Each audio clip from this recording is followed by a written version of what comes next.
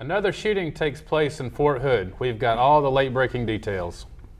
And students prepare for graduation. Got your cap and gown?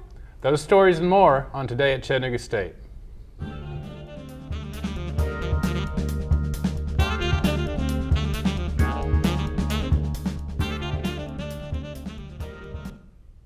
Hi, I'm Sharika. And I'm Doug Whitehead. So how was your weekend? Oh, it was great. I got a chance to go out of town and spend some time with the family. It was awesome. Good. They didn't drive you crazy? No. My family drives me crazy. There are still a few clues as to why a 34-year-old Iraq veteran killed 3 and wounded 16 others on the Fort Hood military base Wednesday before turning the gun on himself. Karen Cafu has the latest on the investigation from Washington. A search of the home of Fort Hood shooter Ivan Lopez has yielded few clues as to why he opened fire at the military base Wednesday afternoon. Investigators are digging deep into the Iraq War veteran's past and his combat experience. Fort Hood's commander said Friday afternoon that Lopez's reported psychological issues were not a direct cause. We believe that the immediate precipitating factor was more likely an escalating argument in his unit area. But we are still conducting that detailed investigation. As the search for answers continues, so does the grief. Among the visitors to the Fort Hood community Friday, Texas Governor Rick Perry. There aren't any easy answers to what occurred here, and there's no way to wish away the suffering that's occurring. A memorial service will be held on the base next Wednesday for the 3 men killed. Sergeant Carlos Lazini Rodriguez, age 38, was a 20-year Army veteran. Sergeant Danny Ferguson, a 39-year-old Florida native who just returned from Afghanistan. And Sergeant Timothy Owens, a 37-year-old Iraq veteran from Illinois. In a family statement issued Friday afternoon, the father of Ivan Lopez said, quote, "This situation is very painful. I seek prayers for all the families affected, more so when there is an ongoing investigation. My son must have not been in his right mind." Lopez had been treated for depression and anxiety and was being evaluated for post-traumatic stress disorder. In Washington, I'm Karen Kafa. Country music's biggest stars gathered in Sin City last night for the Academy of Country Music Awards. Next year, though, the venue will be quite different. Martha Shade reports. Las Vegas Sunday night for the 49th Annual Academy of Country Music Awards. Blake Shelton and Luke Bryan hosted the show.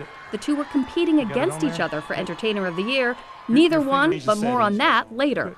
Right from the start, Shelton promised lots of live music and even got in a little dig at a pop performer currently headlining in Vegas. And if you don't like live music, then you need to go down the block and see Britney Spears.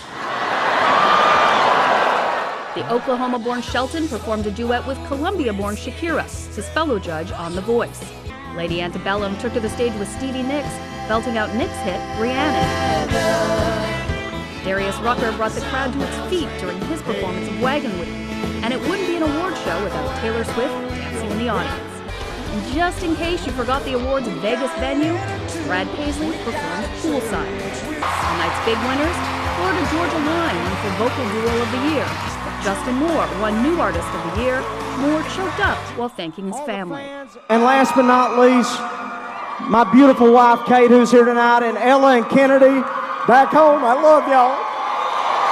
Thank you. I will never forget this. Miranda Lambert won for Single Record of the Year and Female Vocalist of the Year. Entertainer of the Year didn't go to Blake Shelton, his co-host, or his wife, all of whom were nominated. The big award went to the King of Country, George Strait. Next year, for the ACM's 50th anniversary, they'll hold the show in Texas at the Dallas Cowboys Stadium. You never see an award show at Cowboys Stadium. You never see a playoff game there either. I'm Martha Shade reporting. Looked like a great show, Doug. Did you get to see it?